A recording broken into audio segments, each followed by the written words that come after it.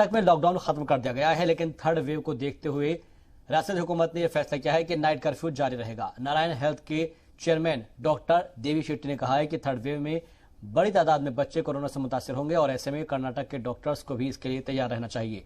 कर्नाटक में बढ़ते मामलों की वजह से पिछले दिनों लॉकडाउन लगाया गया था, जिसे हालात बेहतर होने के बाद दिन में उसको हटा लिया गया है। बताया जाए कि अक्टूबर नवंबर में ये थर्ड वेव आएगी। और दूसरी ये जस्ट ये है प्रिडिक्शंस हैं, कोई ठोस सबूत नहीं है इसके साथ। दूसरी बात जो है बच्चों में जब आएगी तो माइल्ड रहेंगे, माइल्ड टू मॉडरेट केसेस रहेंगे और इसमें मॉर्टेलिटी यानी डेथ रेट बहुत कम रहेगा। थर्ड वेव जो है ऐसे बहुत से न्यूज़ चैनल्स में दिखाया जा रहा है और कहा जा रहा है कि सिर्फ बच्चों के लिए आएगा, लेकिन ये क्लियर कर देना चाहता हूँ कि सिर्फ बच्चों के लिए नहीं, सभी के लिए आएगा।